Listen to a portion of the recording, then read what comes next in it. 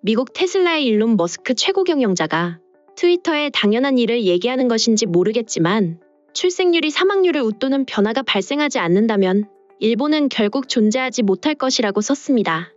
9일 니혼게이자이 신문 등 일본 신문의 온라인 사이트에 따르면 일론 머스크 CEO는 한 출생률 뉴스를 보고 트위터를 올렸다고 하는데요.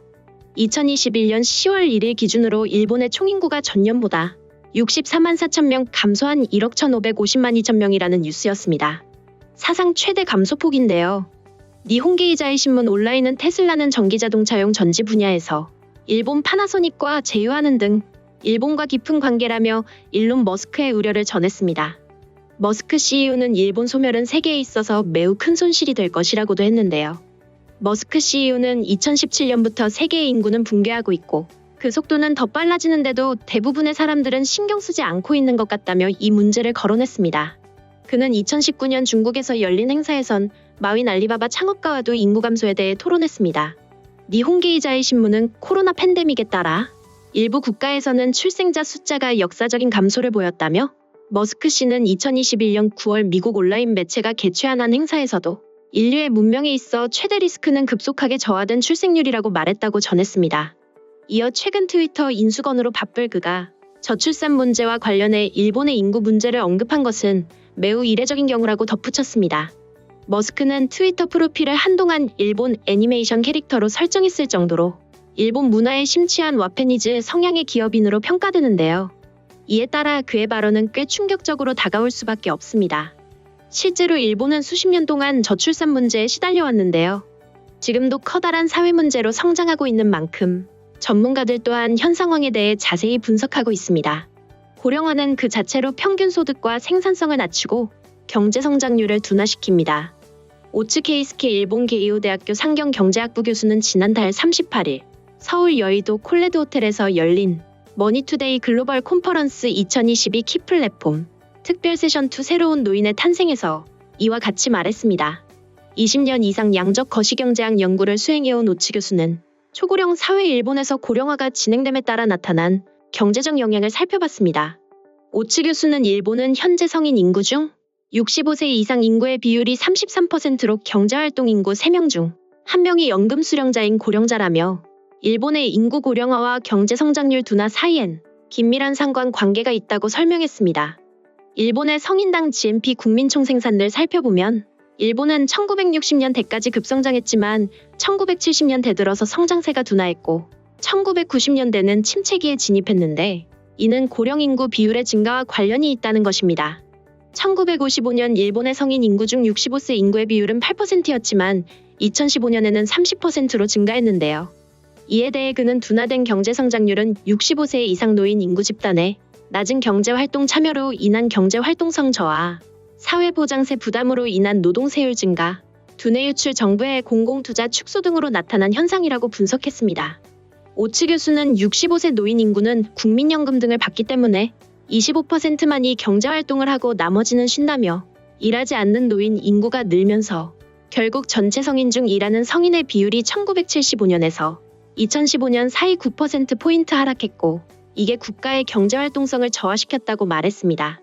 이어 국민연금을 충당하기 위해 1975년 사회보장세는 전체 소득세 중 10%에 불과했지만 2015년엔 24%까지 치솟았는데 이 때문에 젊은이들은 노동에 대한 보상을 제대로 받지 못한다고 느꼈고 고급 인력을 중심으로 해외 유출 현상이 발생했다고 설명했습니다.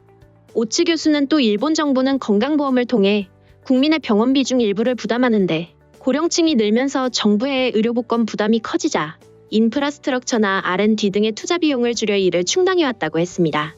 이 같은 공공투자가 생산성 증대와 경제발전의 근본이기 때문에 일본은 경제성장 동력을 점차 잃게 됐다는 분석입니다.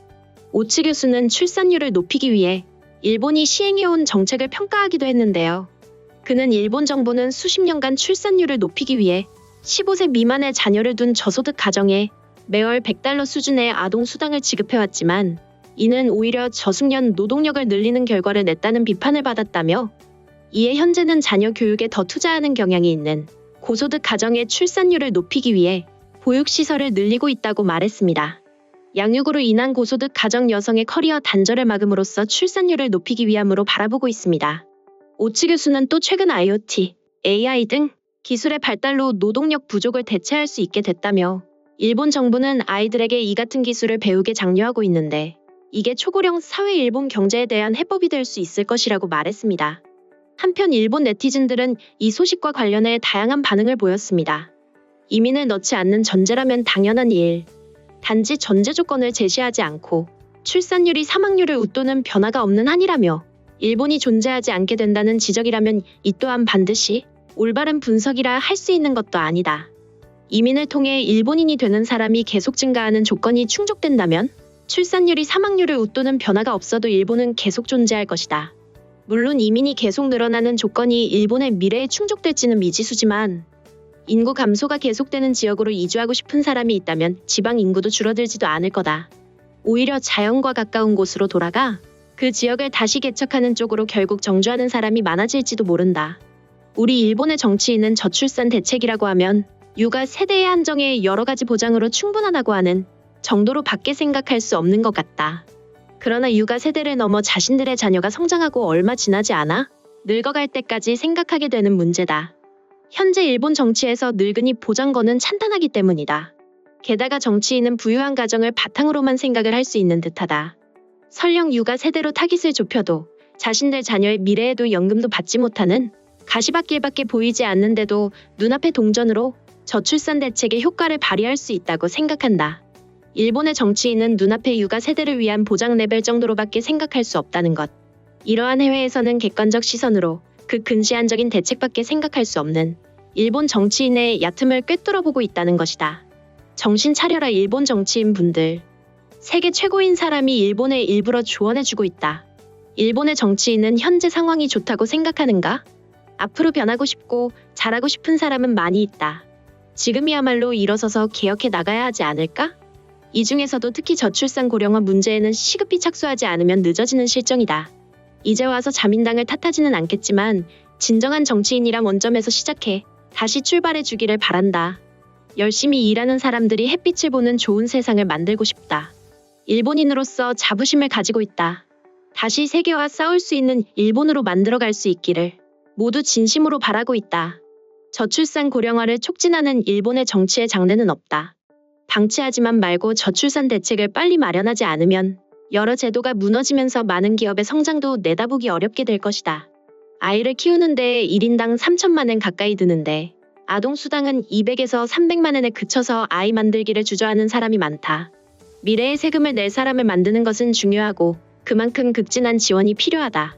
정부는 진심으로 저출산 대책을 마련해야 한다. 혐오를 담아 말을 하는 것이 아니라 사실을 베이스로 일본의 쇠퇴는 진행되고 있습니다.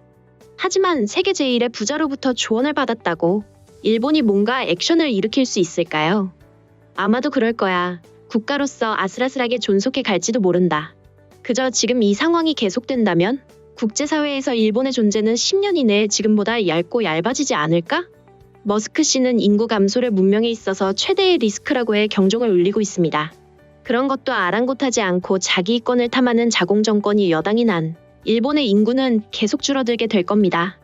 30년째 디플레이션 정책 탈피를 실패한 정당이 저출산 대책에 성공할 리 없고 저출산 대책에 적극 나서지 않는 게 사실이죠. 하는 느낌만 드는 것뿐? 일본을 쇠퇴시키는 자기보신 노인 정당이 지금의 자민당. 80세 넘은 의원이 일본의 방향 타령?